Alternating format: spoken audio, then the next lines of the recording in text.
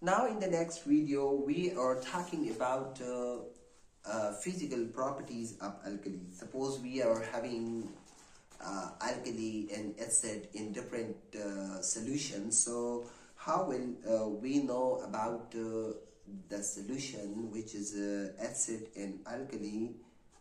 So in this video we will talk about those things. First of all, it's already defined that acids are the substances that provides hydrogen ions in aqueous solution, and the alkalis are the substances when they provide OH ions in aqueous solution. So these are the two definitions, but how will we physically know about the acids and alkalis? Suppose we have an acidic solution. You are having lemons, a lemon juice, and in a beaker, or we take 5 to 10 ml of lemon juice. So how will we know the presence of acid? How can we find out that it is an acidic or alkaline solution without having any litmus paper or any type of pH paper or pH meter, etc. So without these things we can find out by testing the solution. Like a lemon juice, if we test it, so it will have a sour taste. And the next thing is it is also good conductor of electricity, because the acid provides ions in water. In pure water we just put acid, so it will ionize, ionization of acid done, and that will be another point to know. And the third one is if suppose we have a litmus paper, so it will turn blue litmus paper into red. Most of the acidic solutions, most of the indicators, whether you are using even litmus paper, or you are using methyl orange, or you are using phenolphthalein, or you are using some organic indicators, all of them will mostly show red color in acidic solutions. So that's another point to know. And the third thing is that strong acids are very corrosive in nature. They will destroy the fabrics, and even if you are dealing with acids or concentrated acids, so they will also burn the skin. So they are corrosive in nature. So whenever you are dealing with acids in laboratory, so you are supposed to be very precautious or about these things, because they are not so easy to handle, and proper precautions and wearing of gloves and mask, etc., because they are also having some irritating smell most of the time. So these things should be kept in mind. If we talk about the physical properties of an alkali, suppose we have a solution which contain alkalis in it, so how will we find out whether it is alkali or not? So the first thing is that they have a bitter taste. When we are using toothpaste and toothbrush, we are brushing our teeth, so most of the time if they are bicarbonates, so they are basic salts, so they have some basic properties, and they will just having bitter taste. So these are another thing, points to know. They are also ionizing, so it means that they will also conduct electricity in aqueous solution. Mean to say, when we dissolve alkalis in water, so they will also ionize, and they will conduct electricity. And the litmus test in case of alkalis is they turn red litmus paper into blue. Now it also depends upon the amount and the concentration of alkalis. Like we talk about pH, power of hydrogen ion concentration. On the other hand, we talk about the power of, I'm telling it right now, that power of hydrogen ion concentration and power of hydroxyl ion concentration.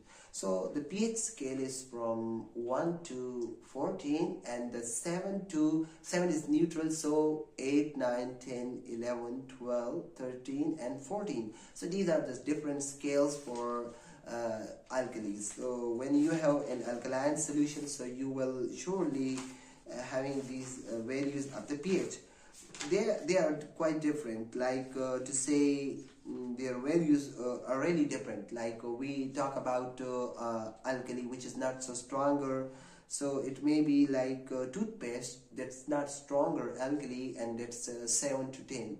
But if we talk about another one, that's oven cleaner, so it has a pOH, or we can say even pH, that's 11 to 13. That's quite more, and that is also corrosive in nature. So the strong alkalis are also corrosive in nature, and they are supposed to be dealt or handled properly, keeping all the precautions in the mind.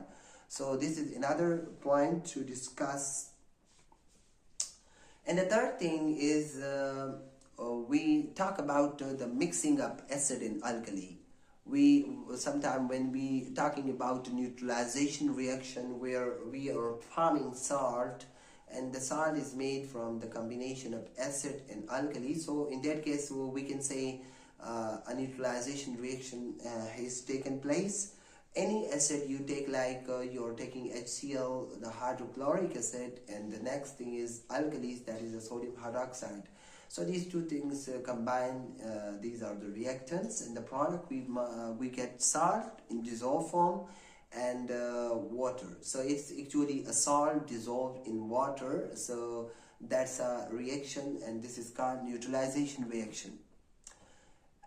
We should know that the result of neutralization reaction we will never get all the time the same thing, like a neutral salt, a neutral solution. Actually, sometimes we get acidic salt, sometimes we get basic salt, and sometimes we get a neutral salt.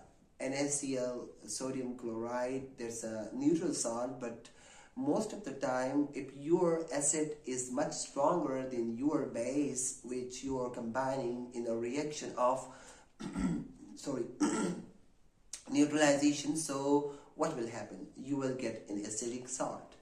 But if you are having a strong base and a weak acid, so they will join together, and a basic salt will form like a sodium bicarbonate. That's another point. And in case your acid is also stronger and your base is also stronger, so you will get neutral salt. So this is a little bit about salts, acid and alkalis. Now I'm going to talk about some chemical properties, some characteristics that are chemically identified, like we talk about ionization. We are forming ions. Ions are actually charged particles. We can say they have partial positive or partial negative charge. When we put HCl in water, the hydrochloric acid, so what happens? Hydrogen ions and chloride ions form in water, and these ions are hydrogen with positive ion and chlorine with negative ion. So it's another topic why hydrogen get positive charge in the chlorine or the chloride ion with negative charge. So this is something we should consider, like electropositive or electronegative, or chlorine is very much electronegative as compared to hydrogen. So that's why hydrogen get the positive charge, and the electronegativity of the chlorine results in the capturing or the getting up electron from the hydrogen. So it gets partial positive and partial negative charge. So this is a little bit about the charges. And the next thing is, when alkalis react with metals, so what happens? Whenever you are treating acids with, we are talking about the chemical properties of acid first. So whenever you treat the acid with the metal, what happens? A metal like zinc and the acid like HCl, they combine to form salt and hydrogen gas. They will always form a salt. If you are taking H2SO4, that's sulfuric acid, you are taking phosphoric acid, H3PO4, or you are taking hydrochloric acid, in every case you are producing salt and hydrogen gas. But when acid reacts with alkali, so what happens? We can say that sodium hydroxide, which is a base, which is an alkali, it is reacting with the acid, that like HCl. So HCl plus NaOH, so they react to form salt and water, like previously I discussed about the neutralization reaction. So we will get salt and water. And when we react or treat the acid with the carbonates like calcium carbonate, like magnesium carbonate, so what happens? Actually, when we are treating acid with carbonates and magnesium like calcium or magnesium carbonates, so we will get CO2, carbon dioxide, water, H2O plus salt. So these three products we can get from these reactions. Continuing the same topic in the coming videos.